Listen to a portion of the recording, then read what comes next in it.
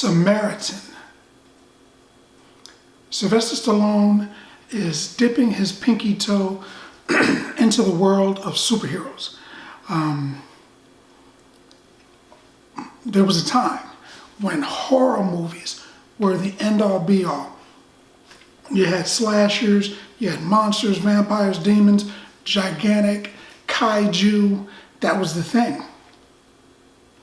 Then the action hero showed up. An action hero would show up and he'd beat the brakes off of the bad guy, and then it was like the one-man army. He would come out, one dude with weapons tied all over his body, and would go out and shoot up everybody.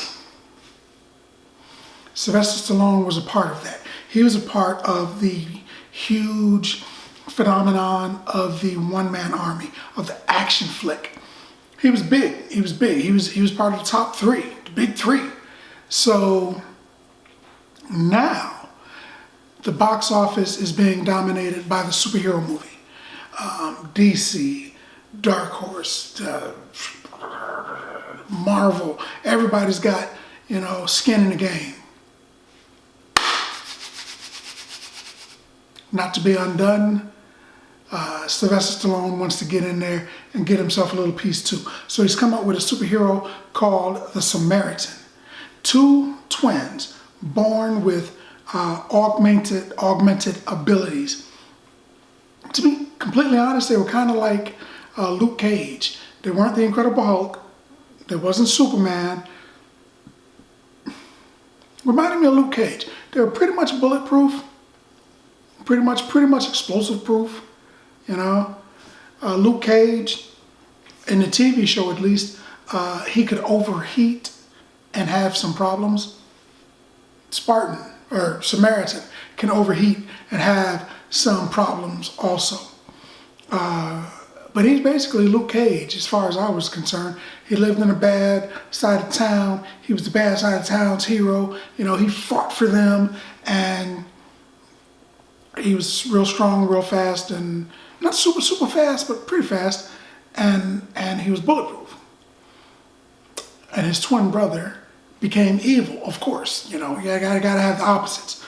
So there's this big thing where they fight their final battle, and everybody's happy because Samaritan, I keep saying Spartan because I'm thinking about his other movie, Samaritan wins. Yay! But there's a twist. It does a lot of superhero tropes. There's a little kid that's involved. He wants to do good for this family. There's a villain that steals power. A lot of things happen in this movie that you've seen in other movies.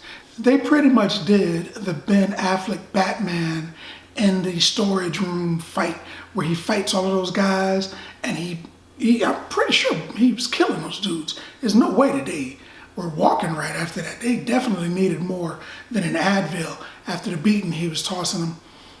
But, Sylvester Stallone, being Sylvester Stallone, he took that to like the tenfold. He was killing people in the most, that dude's got superhuman strength kind of way. There's one dude, that Batman, and the thing, he grabs and he yanks the dude, and the dude smashes into a box.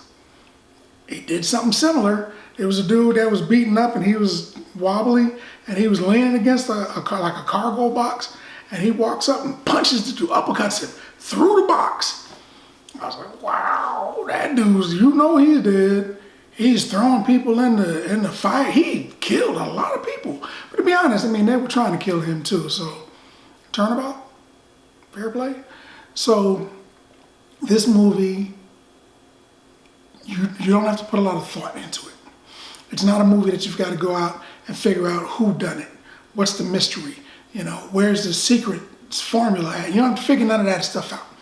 You go to the movie, there's a dude, he's gonna beat the crap out of a lot of other dudes, and there's a twist. It's not a huge twist. Halfway through the movie, you'll probably figure it out, but there's a twist. In the movie, it was entertaining.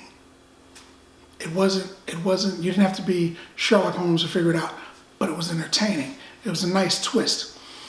And it's the kind of movie that if it generates enough publicity, there may be a second one, but it was a good movie. You know, there's a villain.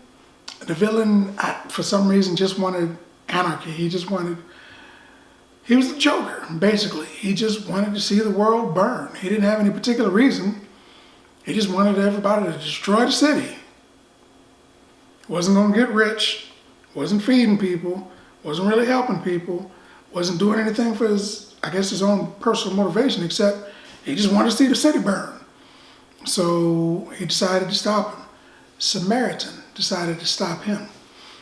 Samaritan's brother, his name was Nemesis, and I always thought that was a cool name for a villain. It's a Greek name. First time I heard it was in Greek mythology, and then on Xena, I think it was on Xena, I heard the name again, which is kind of cool.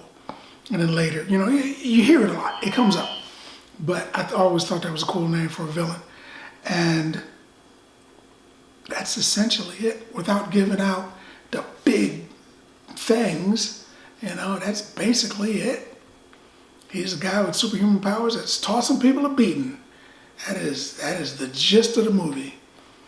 And it ain't bad. You know, if you want to just sit down with a soda pop or some juice and a bag of popcorn and enjoy a movie where somebody gets beaten up, that's your flavor right there. I enjoyed it.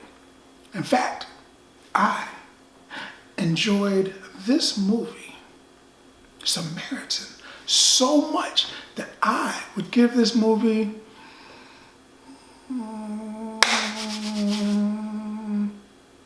7 bags of popcorn. 7 bags of popcorn. Because that's what I think about that. But more importantly, what do you think about that?